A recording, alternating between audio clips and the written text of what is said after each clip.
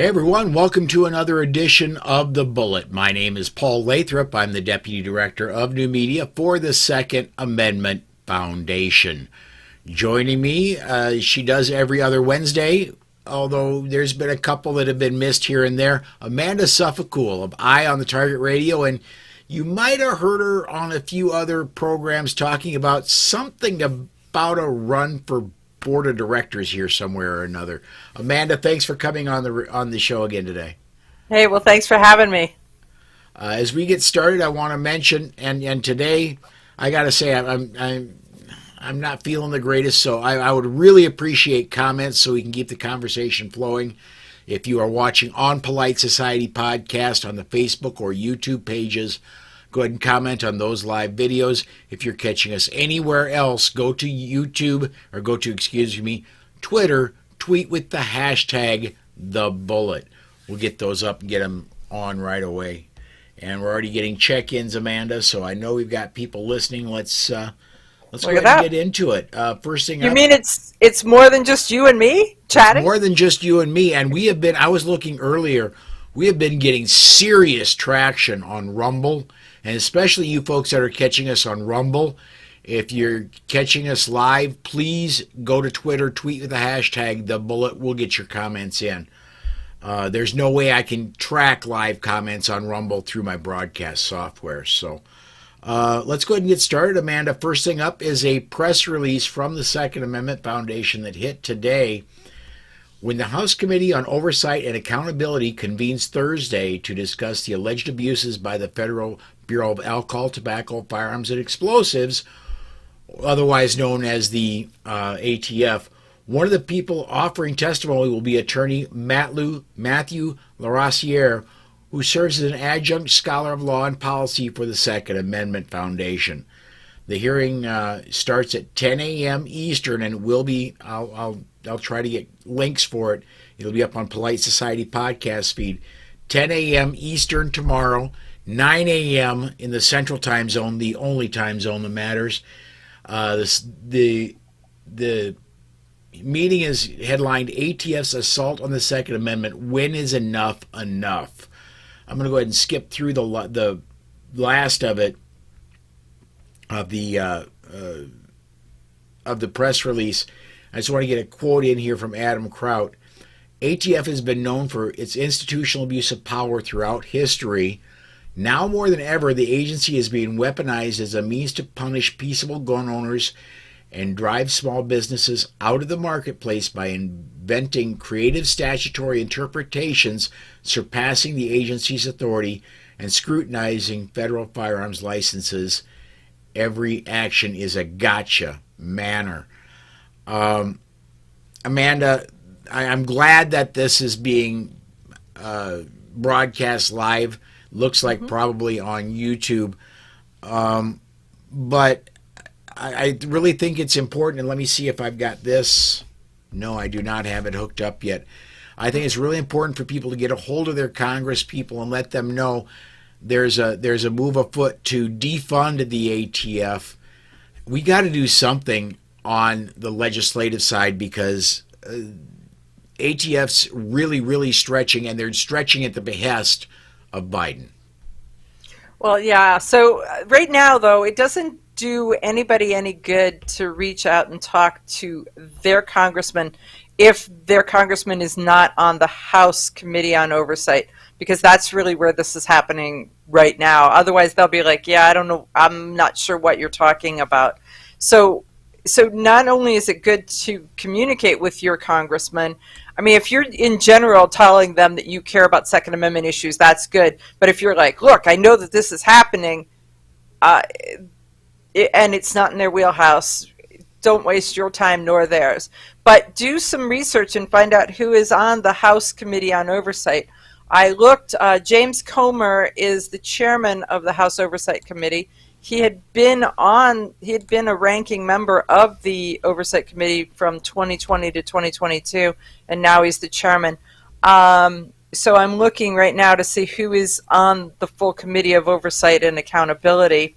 So let's see. The chairman is James Comer, Jamie Raskin, is the ranking member, Jim Jordan, Mike Turner, Paul Gosar, Virginia Fox, Glenn Grothman, Gary Palmer, Clay Higgins, Pete Sessions, Andy Biggs, Nancy Mace, Jake LaTurner.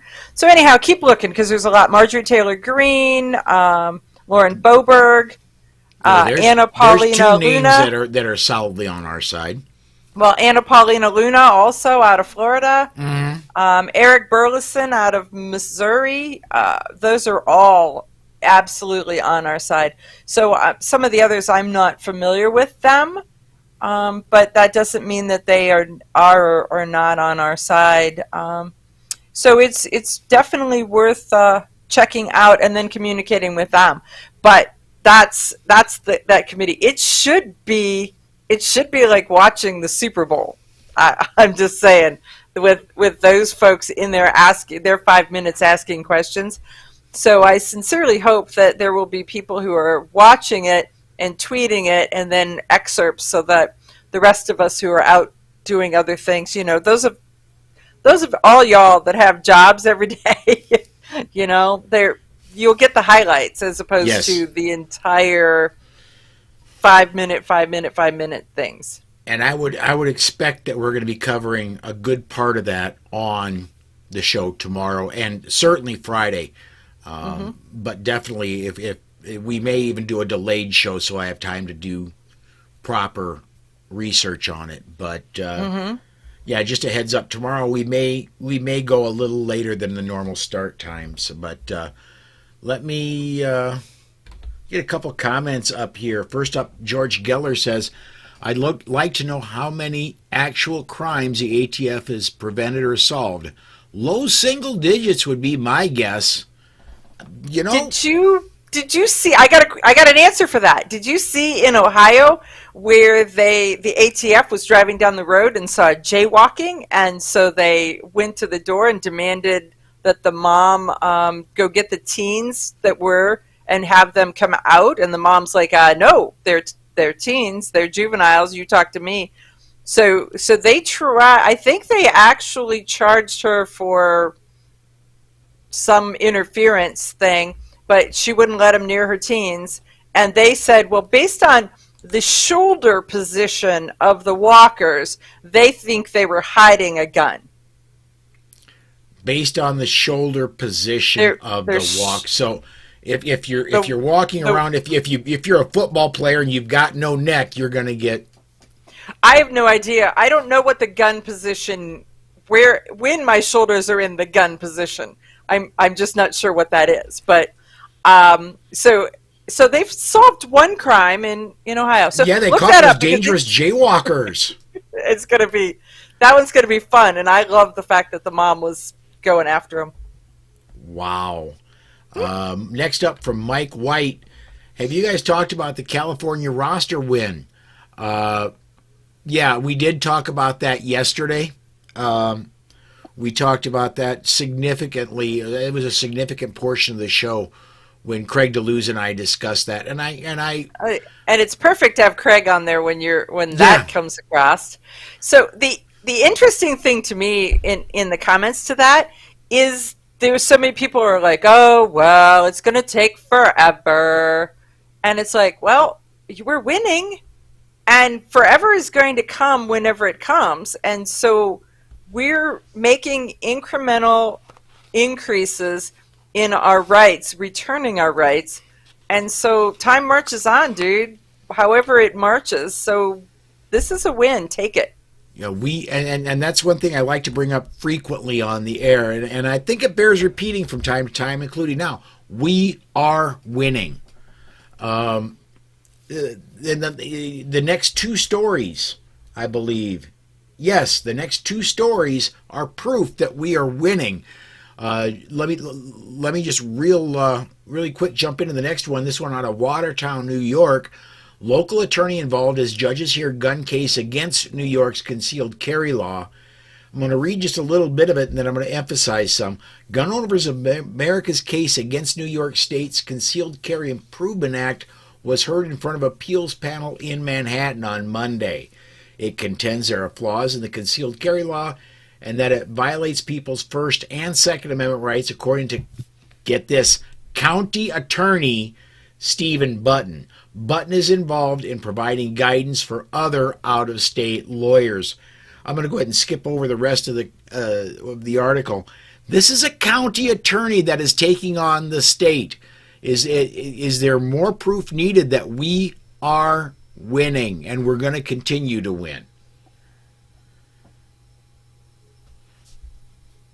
Yeah, no, it's pretty amazing. There were 5 different cases that they heard on Monday, and so we're waiting with bated breath to see what. But remember, though, none of those judges, there were 3 judges, none of those judges are really in our corner.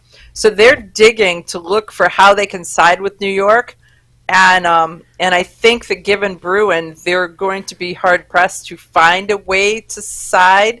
So they keep saying, but the law, but common sense, but the law, but common sense. And so they're going to have to side with the law and not New York's common sense. But yeah. The end of this article says that the decision could come in 90 days. You and I talked on the Polite Society podcast on Monday night. The consensus there seemed to be that it would be longer than that. I'm kind of thinking it'll be closer to 90 days myself, simply because Thomas specifically said to the justices of the Second Circuit, look, we want you to hurry on this. Not in those exact words, but that was the gist of the ruling was, we're going to send this back to you, but don't shuffle your feet. So I'm expecting a ruling closer to 90 days. It may not be in our favor, but with the current makeup of the Supremes, I think it'll get there quickly. Mm-hmm. Let's go ahead and move on to our next one. And this one, out of Wyoming, Governor Gordon restores gun rights to nonviolent felons. On March 17th, Governor Gordon signed a bill giving back gun rights to nonviolent felons 5 years after they complete their sentencing. SF 0120 allows any person who has previously pleaded guilty to or been convicted of committing or attempting to commit a felony that is not a violent felony and has not been pardoned or not had the person's right restored to possess a firearm 5 years after completing their sentence, probation, or parole. According to the bill, violent felony includes, and I'm going to go ahead and read this list off, murder, manslaughter, kidnapping, sexual assault, robbery, strangulation of a household member, aircraft hijacking, aggravated burglary, aggravated assault, and arson. Those are what they consider violent felonies. So, yeah, I have a question, though, because strangulation of a household member, specific to a household member. So if you don't live in my house, I can strangle you, and that'll be fine. Yeah, according to Wyoming, I guess so. Although I think that would probably, depending on how successful the strangulation was, may come under aggravated assault. Maybe. I was like that, and maybe that's their way of addressing domestic violence without it being listed as domestic violence. Yeah. I don't know. Yeah. But because there's so many other things there, because the other, which was Ninth Circuit, addressed the domestic violence as, was it the 5th or the 9th that addressed domestic violence is not because that's the one instance where you have not been charged or found guilty, that you have just been accused, and they take your rights away. I want to say it's the 5th. I really want to say it's the 5th. I think so too. Get a couple more comments in here real quick.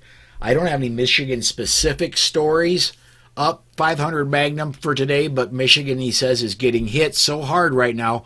Hopefully GOA, FPC, and y'all at SAF can help them out. Please, Washington, Minnesota as well. Right.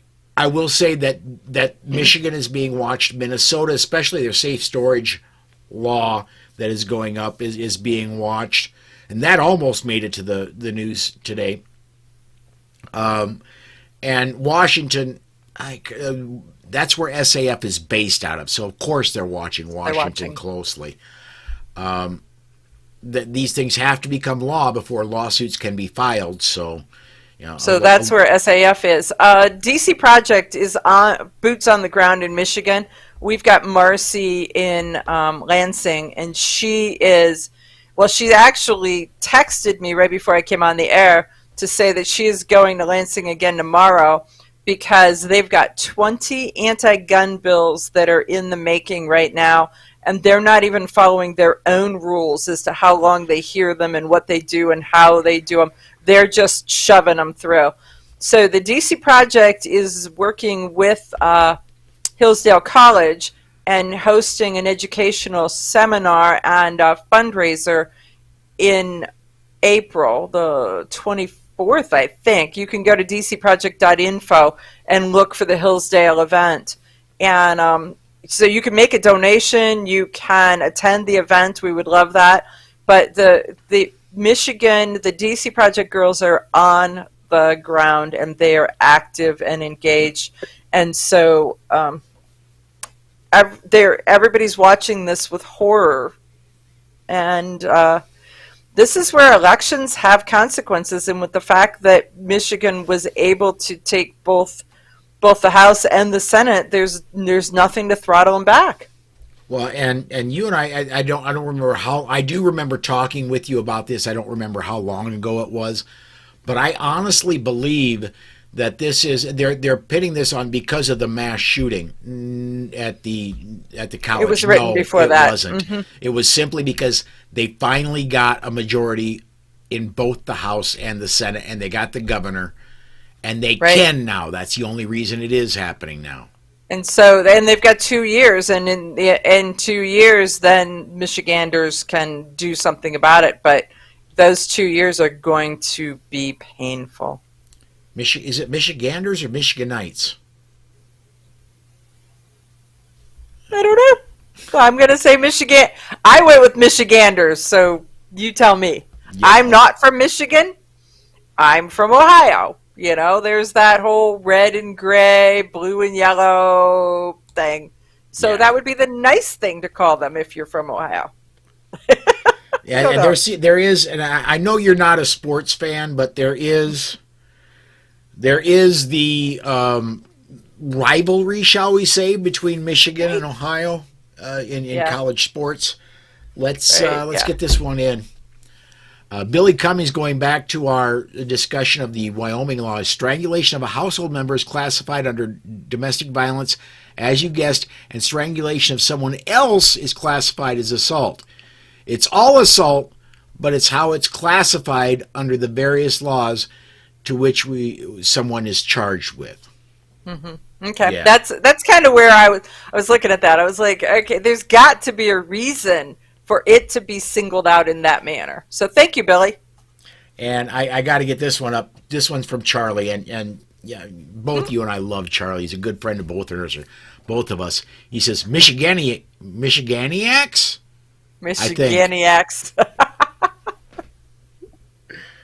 Right. Yeah. Don't know.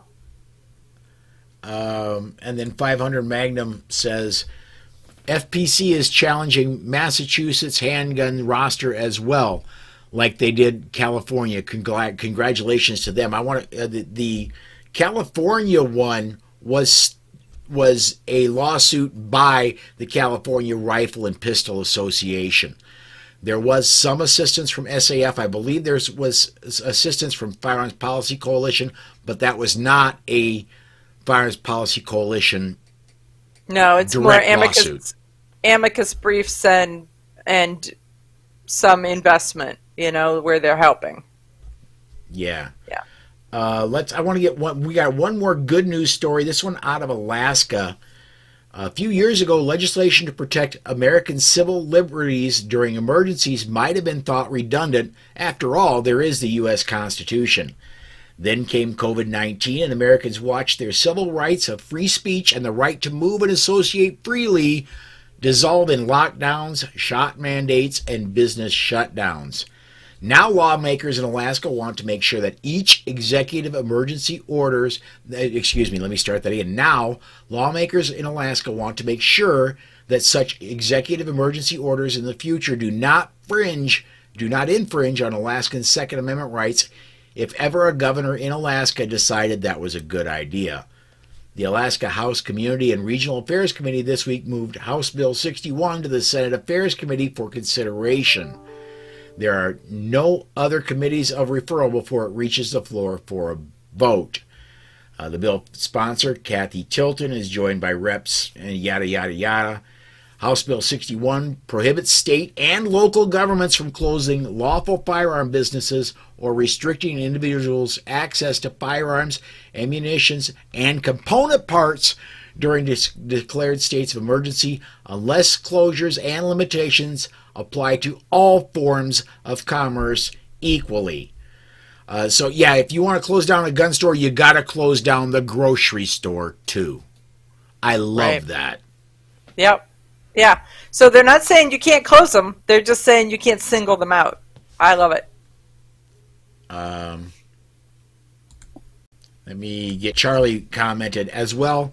The Massachusetts approved weapon roster should be challenged. The citizens cannot own new Glock, old or used flicks or it says flicks. Old or okay. Used flicks are okay. But only the police can buy unsafe new Glocks, and it's not mentioned post-1994 high-cap mags. Yeah. We are in the spot where if the pre-94 magazines were grandfathered in, and so we've watched the pre-94 scavenger hunt across the country to see where they are and how you can get them. Well, and everywhere the stagecoach across America stops, I can tell because there's gun shops all over that area that are all of a sudden out of pre-1994 magazines.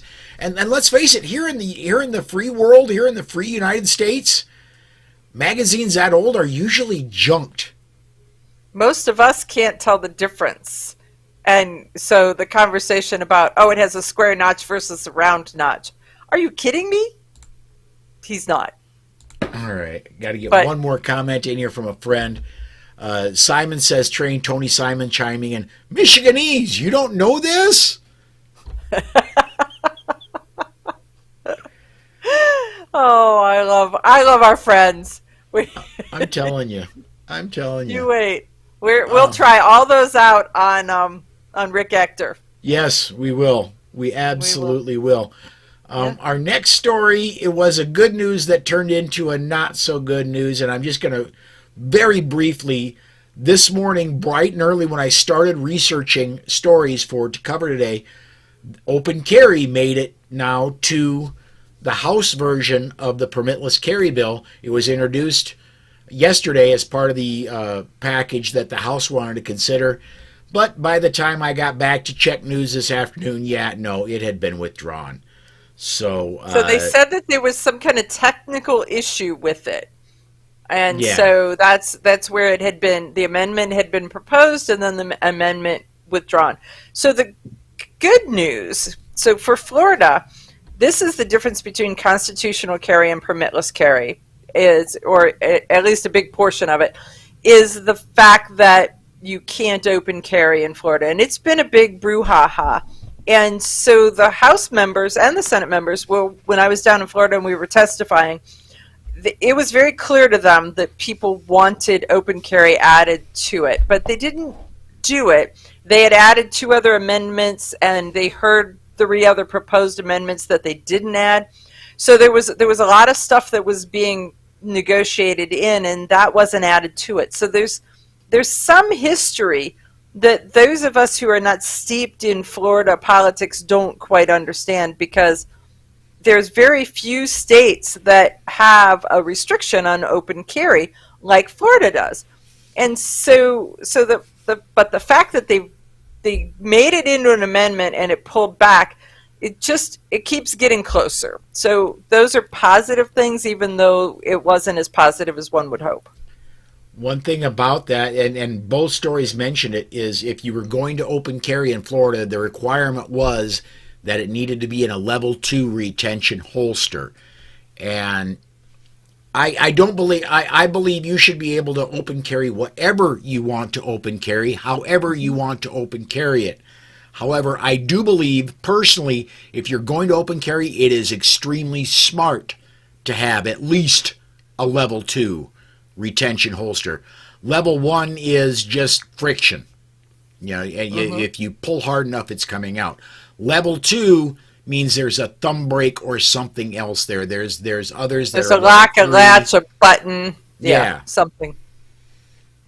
I think it's smart if you do that, but I don't think there should be a law that says you have to.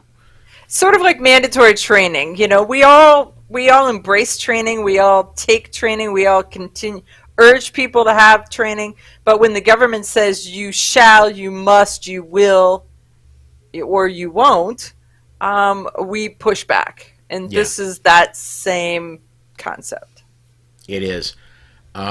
I got one more story, and then I'm going to do a left turn on you here, Amanda. This is a opinion piece off kansascity.com, and I find it myself. I often will get these "the sky is falling" stories in.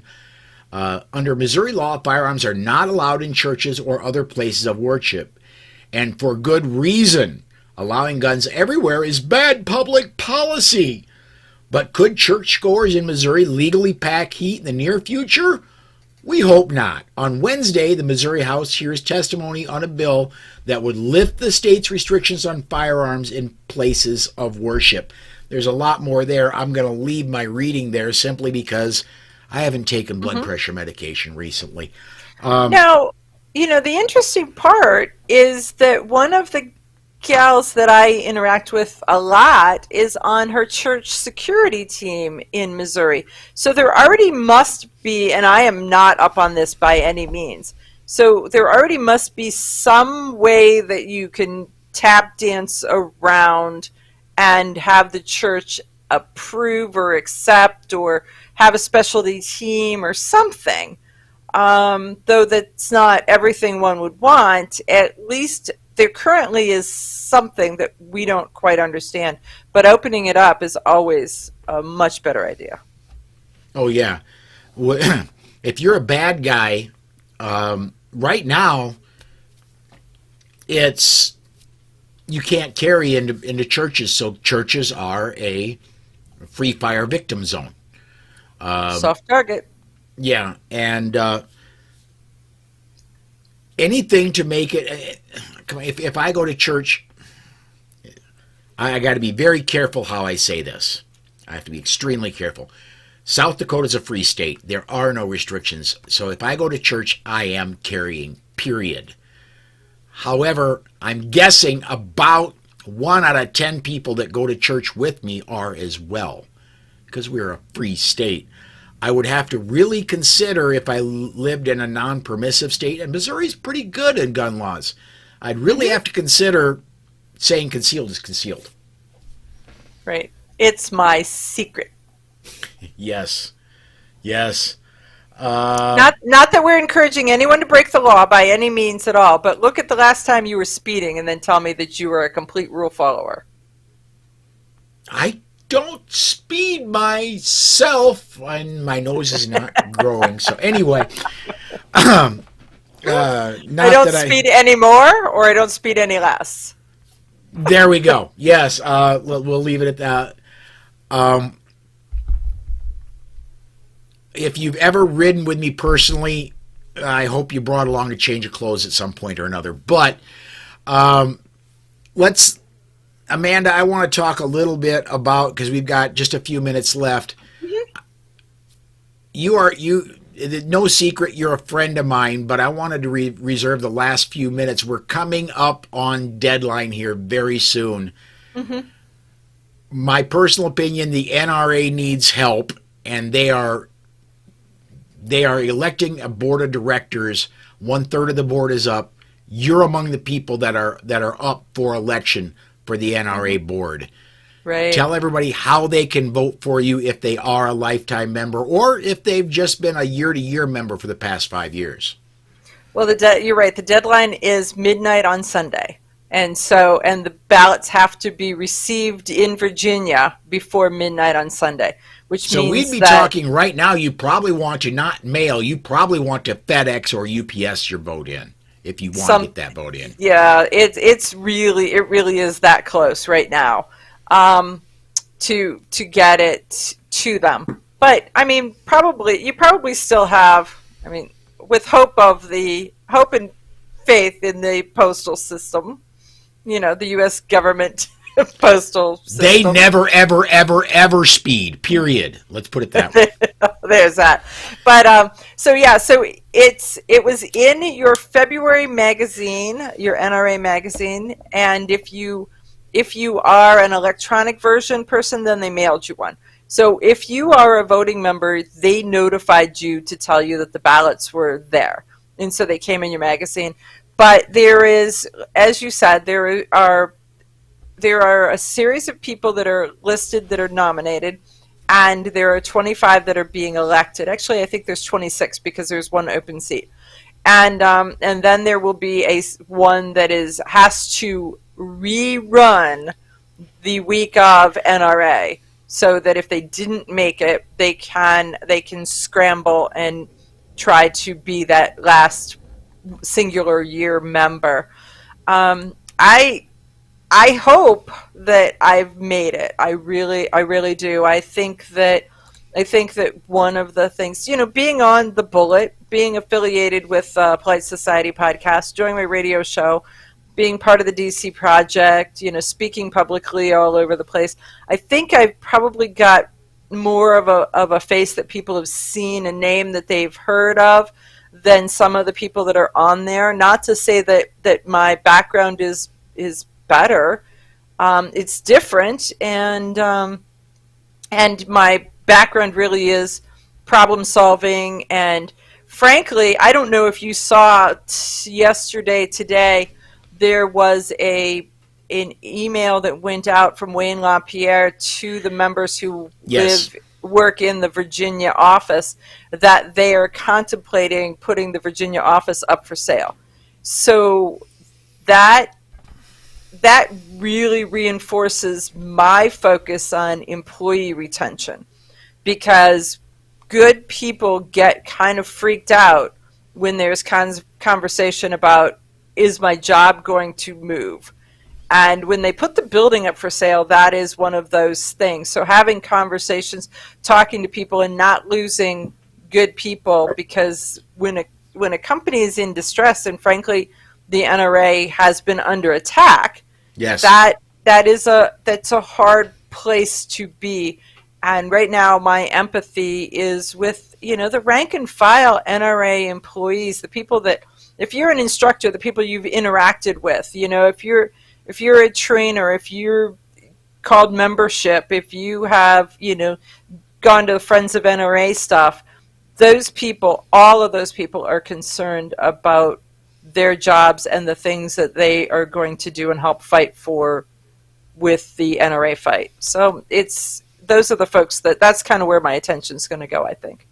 I have been openly critical of the NRA, specifically the high-level leadership of the NRA in recent times. And I don't want anybody to think that I am anti-NRA, because I am absolutely not. The NRA has done very good things for gun owners over its history. That has, over the past year and a half, while they've been dealing with their legal issues with New York, that's fallen off some. My personal beliefs, there needs to be a change at the top, and I'm hoping that comes sooner than later. So there will, honestly, and I have no insider information, but I have read and looked and watched, and there's not going to be any change. And as a matter of fact, there is a push right now to retain the president and yes, the staff in the order in which they are for one more year as they work through this New York lawsuit. But the New York lawsuit is the thing that's got everything in a holding pattern, no matter what. And so no matter what people's opinions are of this person or that person, no names given, it nobody's moving. Nobody's going to shift. Nobody's going to move until New York is over, until this attack on the NRA is over. And at least in my opinion, and this is not speaking as an NRA as a board member, because I'm not that, just as somebody who's been watching, and why, if he hasn't left or they haven't left, then why would they?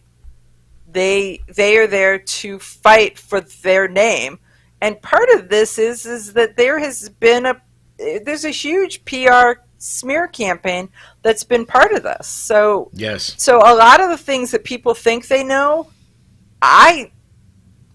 unless you've read deeply, and there are those who have, and I'm not saying, unless you've read deeply, most of the things that people say to me just on the street, they don't know what they don't know.